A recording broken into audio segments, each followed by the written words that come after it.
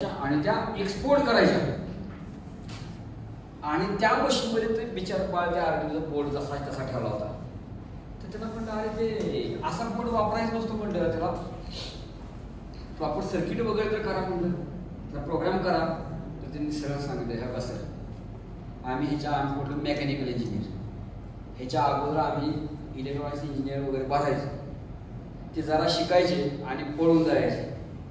ठीक आहे, आमचा सगळा डेव्हलपमेंटचा खर्च त्यात वाया गेला. आता आम्हाला सगळ्यात भारी म्हणजे आम्ही आर्डिनो स्वतः शिकलो. आता आम्हाला कुठल्याही आर्डिनोच्या माणसाची गरज पडत नाही, आम्ही स्वतः बोर्ड मॅन्युफॅक्चर करतो, विकतो. ठीक आहे, मला तोपर्यंत म्हणजे ही गोष्ट मला वाटतं 2016-17 पर्यंतची असेल, तो पण म्हणजे मला आर्डिनो म्हणजे पोट खेळत वाटायचं. म्हणजे लहान मुलांचं त्याला इंडस्ट्रियल ॲप्लिकेशन वगैरे काय नाही असं वाटायचं. ठीक आहे, फक्त शिकायला. पण आता जर बघितलं तर आर्डिनोसाठी म्हणजे इंडस्ट्रियल ॲप्लिकेशनमध्ये बऱ्याचशा डेव्हलप व्हायला लागले. तुम्हाला गंमत सांगू आर्डिनोच्या विषयी एक इंटरेस्टिंग गोष्ट आहे. आर्डिनो प्लॅटफॉर्म हा कुठल्याही इंजिनिअरिंग कॉलेजमध्ये वगैरे कुठेही तयार झाला नाही. हा कुठं तयार झाला माहिती आहे का? इटलीमध्ये इवरे इथं आर्ट स्कूल आहे. आर्ट स्कूलमध्ये हा बोर्ड तयार झालेला आहे. Can you imagine? Art school. तर काय झालं की ते आर्ट स्कूल आहे, तिथे वेगवेगळे मॉडेल्स वगैरे तयार करायचे, म्हणजे डिझायनिंगचं स्कूल आहे. ठीक आहे, तर तिथं काय व्हायचं की ते वेगवेगळे जे आर्टिस्ट असायचे ते वेगवेगळे जॉब तयार म्हणजे कलाकृती तयार करायची, मग त्यांना ॲटोमेशन वगैरे करायचं असेल. ठीक आहे, म्हणजे तिकडं हलते देखावे वगैरे तर पुरे आहे बघा. तुम्ही कधी कधी म्हणजे रीलमध्ये बघत असाल की असं चालणारा मोठा रोबोट वगैरे केला असतो, ॲटोमेशन वगैरे केलं असतं. तर हे आर्ट्स माणसं म्हणजे हे गद्य माणसं, पद्य माणसं, हे इंजिनियर म्हणजे गद्य माणसं, तिथं जमायचंच नाही. ठीक आहे, आता ते अलीकडचे इंजिनियर गद्य आहेत बरं का, आमच्या वेळचे सगळे पद्य माणसं आहेत. इंजिनियर हा नेहमी आर्टिस्टिक असावा, त्याचं पद्य वाचलं हे झालं पाहिजे. लक्षात आलं? जो माणूस गद्य आहे तो इंजिनियर कधीच बनू शकत नाही. त्याला कारण सांगतो, ह्याच्या मागेही कारण आहे. गद्य आणि पद्यमध्ये काय आहे की पद्यमध्ये काय असतात, वेगवेगळे शब्द असतात, त्याच्यामध्ये तुमच्या भावना वगैरे असतात, मेंदूमध्ये रिझोल्युशन वाढतं. लक्षात ठेवायचं म्हणजे पद्य माणसं असतात ते सेन्सिटिव्ह असतात बघा, जास्त जरा काय बोललं की लगेच करणार, भावना प्रधान असतात एक पद्य माणसं. मला वाटतं 10-15 वर्षापूर्वी इंजिनिअरिंगमध्ये अशीच माणसं असायची, काय ना काय त्याला वाजवायचं, तसं काय नाही बसले. आमच्या वेळी पण एवढे असायचे, संध्याकाळी वगैरे ती वायलिन घ्यायचं आपण नेलेली काय ते गिटार होती. आमच्या वेळी गाणं फेमस होतं, डोबा डोबा राहायचा मग यादव वगैरे. म्हणजे असे आमच्या वेळी रसिक माणसं होते. म्हणजे दर 10 पोरातल्या 8 पोरं तरी काय ना काहीतरी वाजवत असायचं आणि 2 पोरं वाजवत नसायचे. ऑफकोर्स तुम्हाला माहिती नाही, ते अभ्यास करत बसण्यासाठी. ठीक आहे, तर हे कसं असतं माहिती आहे का, इंजिनिअरिंगमध्ये आपली माइंड जे आहेत ना सेन्सिटिव्ह झाले पाहिजे. पण रेग्युलरच्या मागं लागू नका, छान छान गाणी ऐका सुरुवात करा जुनी. ठीक आहे, त्याच्यामुळे कसं की तुमचा मेंदू म्हणजे हे माझं हे मी तुम्हाला का सांगतोय, आतापर्यंत जेवढं मी बोललोय हे तुम्हाला ह्याचं कुठल्या पुस्तकात दिसणार नाही कुठली. हे माझे स्वतःचं म्हणजे डॉल्फिन लॅबमध्ये मी ह्या इंजिनिअरिंग एज्युकेशनवर एवढा रिसर्च केला की आमच्या पोरांना काय कमी पडतं, काय केलं म्हणजे काय झालं पाहिजे. आणि 5वी पासून ते 91 वर्षापर्यंत माझा विद्यार्थी आहे. लक्षात ठेवा, सगळ्यात जास्त फायदा 91 वर्षाचा आहे. ठीक आहे, ते सगळ्यांच्या मी वेगळे प्रयोग केलेले आहेत. तर त्यातनं मला एक कळलं आहे, तुम्हाला खरं तर प्रोग्रामिंग म्हणजे टेक्नॉलॉजी डेव्हलप करायला शिकायचं असेल, कारण डिझाईनमध्ये कर्व घ्यायला शिकायसाठी तुमच्या बुद्धीला पण कर्व पाहिजे ना, तेवढं त्याचा तो कशाने येणार आहे.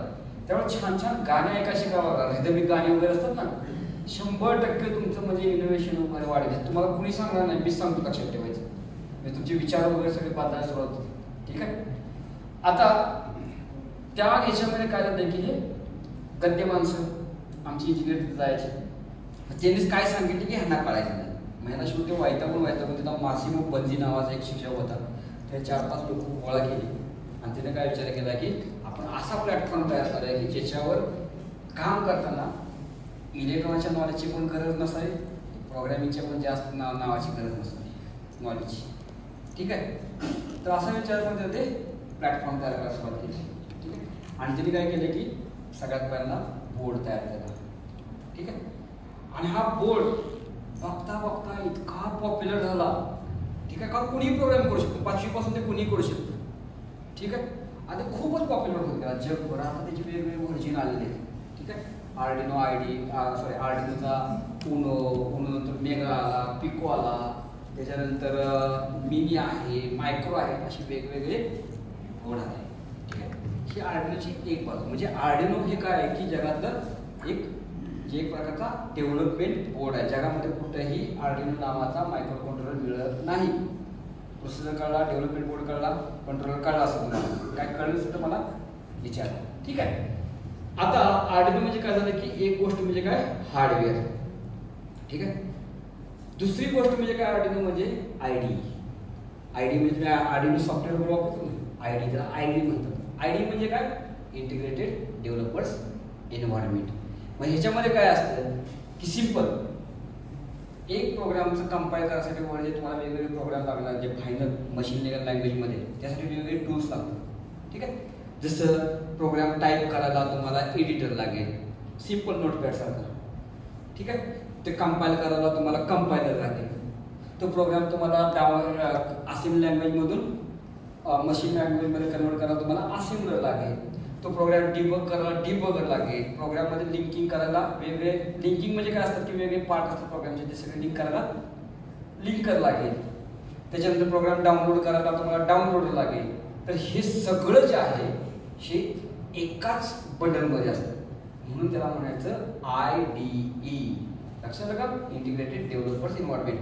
म्हणजे मल्टिपल टूल्स आहेत हे काय केले असतात एकाच ह्याच्यामध्ये इंटिग्रेट केले असतात. लक्षात आलं का. ठीक आहे. त्याच्यामुळे मी काय केलं की आयडी एकदम सोपा केला.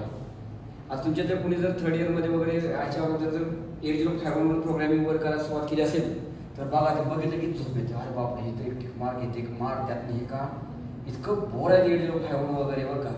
ठीक आहे. तर ते जर तुम्ही आर्डिनोचा आयडी जर बघितला ठीक आहे आर्डिनोचा आयडी जर बघितला तर त्याच्यामध्ये दोनच बटन आहेत. ठीक आहे. एक तर कंपाईलचा आणि दुसरा आहे अपलोडचा. बाकी सेटिंग एकदम कमी ठेवलेलं आहे. ठीक आहे. आणि तिसरा पार्ट येतो म्हणजे आर्डिनोच्या पुढचा पार्ट येतो म्हणजे कम्युनिटी. जगामध्ये नवीन कुठलाही पेरिफेरल्स म्हणजे एखादं सर्किट लॉन्च झालं 10 ते 15 दिवसात त्याची लायब्ररी तयार होते.